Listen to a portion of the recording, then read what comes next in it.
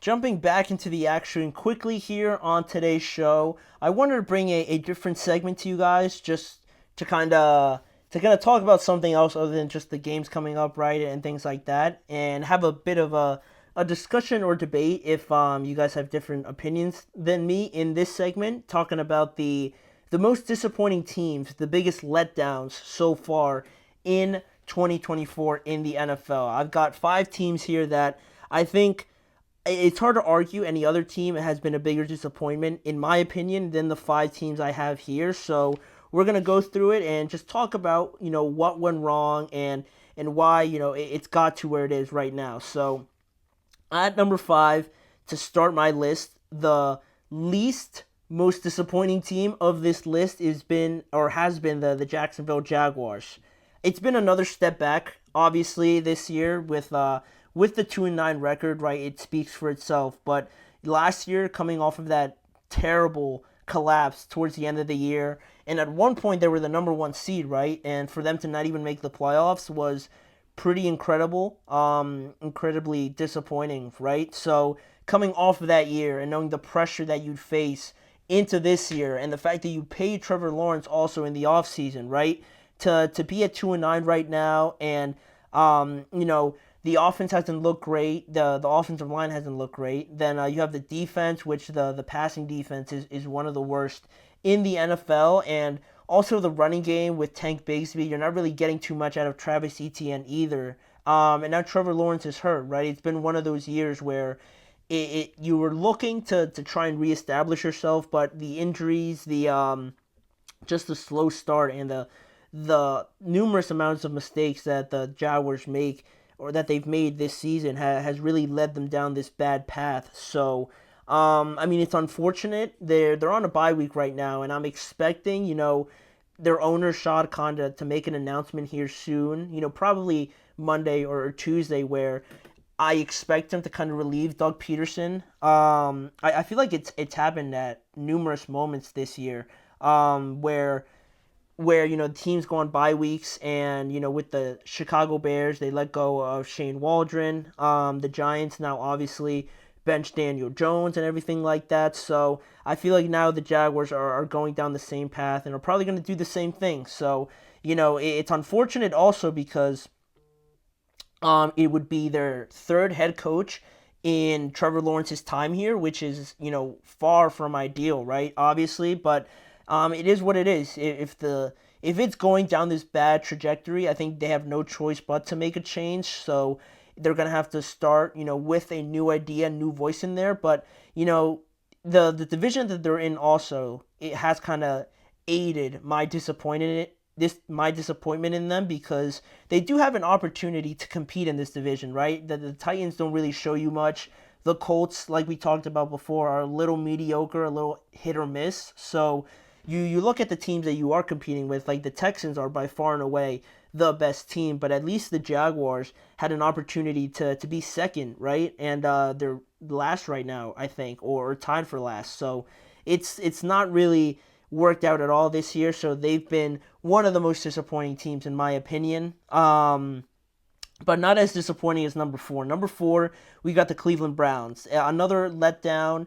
And before, the Deshaun Watson injury, and it's unfortunate that he got injured, right? But he hasn't been playing well, and it's been, I think, 3 years now since he got that contract, and he's really not lived up to it whatsoever. And this year, with how bad things got, and the injury now on top of it all, you were forced to trade away, Sedarius Smith. You traded away Amari Cooper, and you're kind of, selling at this point, right? And it doesn't make up for a competing team. And then you look at last year with Joe Flacco and how you made the playoffs. You got good production from Joe Flacco, and unfortunately they got destroyed by the Texans, right? But they didn't bring Flacco back. They bet on Deshaun Watson again, right? Obviously, right? Because they paid him that much money, and it still hasn't worked out. So they're in a weird spot right now where, I mean, you look at the defense last night and how well they played.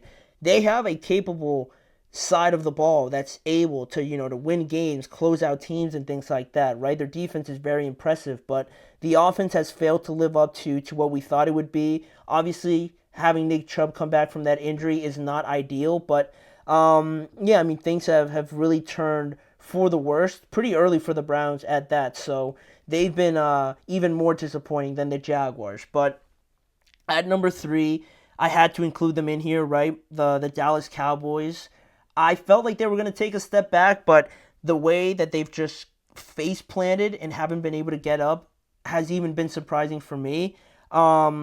Maybe they weren't going to go far in the playoffs or anything like that, but 3-7 is not where I thought they would be at this point in the year. With the talent that they have, they have great players, right? You can't really say they don't have anybody at all, right? With Micah, CeeDee, and Dak. I thought they'd be somewhere around the range like the 49ers, where the Rams, where the Cardinals are right now in terms of record. At worst, I thought that's where they would be. If not, like 6-4, 7-3, or something like that. But I underestimated the loss of Dan Quinn and also the lack of offseason moves. I complained about them and talked about them during the offseason, but again, I couldn't have imagined it would have been this bad. Then you get the off the field issues with the contracts and the poor timing of it all to make it all worse. So the Cowboys are in a bad spot, obviously. You have Mike McCarthy as a lame duck coach right now. So you're going to get a new voice in there, and finding a new voice and finding the appropriate voice to actually lead this team is going to be extremely hard. It's going to be a lot of pressure to make sure you get the right guy in there. So they're at that point right now, and they just confirmed and invested a lot of money in Dak and CeeDee Lamb. So for a 3-7 team to be having players be the highest paid at their positions in multiple positions is not ideally where you want to be, in my opinion. So it's all really not worked out for the Cowboys. So they had to make the list as well. But they're not top two. Top two, not one. But at number two, I got the Cincinnati Bengals. They were close to being number one because a lot of people had them challenging for the conference championship. A lot of people had them, as one of the Super Bowl contenders, right? Just because of Joe Burrow, just because of Jamar Chase, and they've seen them do it before. But personally, I'm pretty sure I had them finishing third in the division, just because I wasn't really a fan of their defense, and even still with my doubts, I didn't think they'd miss the playoffs. I thought they'd be at least a wild card team. But it's been pretty surprising how it's just not been enough. But in that same breath, Joe Burrow's playing at an MVP level, and Jamar Chase is like on a triple crown sort of pace also. So even though it hasn't been enough by both of them performing that way, what more can they do? Quite honestly, the offense, even Chase Brown, a guy that, or a position where I thought not bringing back Joe Mixon was a huge mistake, he's kind of shown something and provided them with a little bit of juice and a little spark also. But the defense has been disappointing in big moments. They've failed to live up to shutting down an offense, or coming up huge and getting the opposing offense off the field for their offense to come back and win games, right? It's not been enough. They've been very disappointing in terms of cornerback play.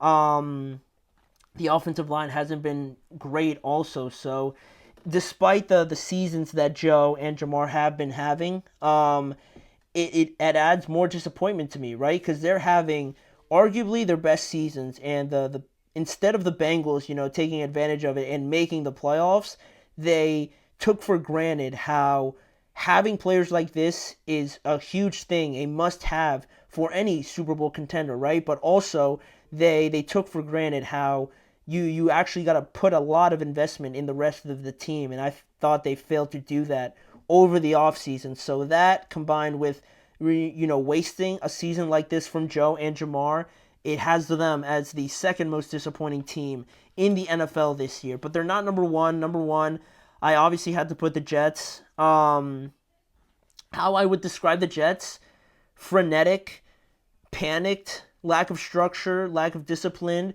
unorganized, just a complete, just throwing darts at a dartboard and hoping that it sticks. Nowhere near the bullseye, obviously. You're actually missing the dartboard altogether right at this point. people were talking about Super Bowl, and that was the expectation, right? With bringing in Aaron Rodgers, having Garrett Wilson. The defense was supposed to be a top defense, but they've kind of failed to live up to that reputation as the season has gone on. I really thought it was gonna work. Honestly, I'm gonna criticize it now, but at the time, I thought they were gonna compete for this division, and how wrong I was for thinking that. Right? Everyone's to blame, obviously, in this situation. I know Joe Douglas has been fired, and Robert Saleh has been fired also, but Aaron Rodgers hasn't been playing to the level that everybody thought he would in some instances, and also you got to blame it on Woody Johnson. I think he was also involved with bringing in Aaron Rodgers. Heck, it might have even been his idea. I don't truly know that, but how he runs this organization and actually going along with trying to trade for Devontae Adams and bringing all these different parts in.